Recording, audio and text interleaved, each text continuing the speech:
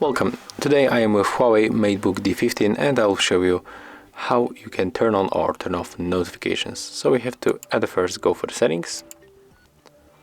Next we have to go for the system, find notification and actions, and to turn off all notifications from apps and other senders we have to click on this switcher. Just like that. We are also able to remove these notifications, so suggestions for tips, tricks, way that we can finish setting our device, and welcome experiences. And right now all notifications are mute. If you want to turn them on back, just click on this switcher to turn them on.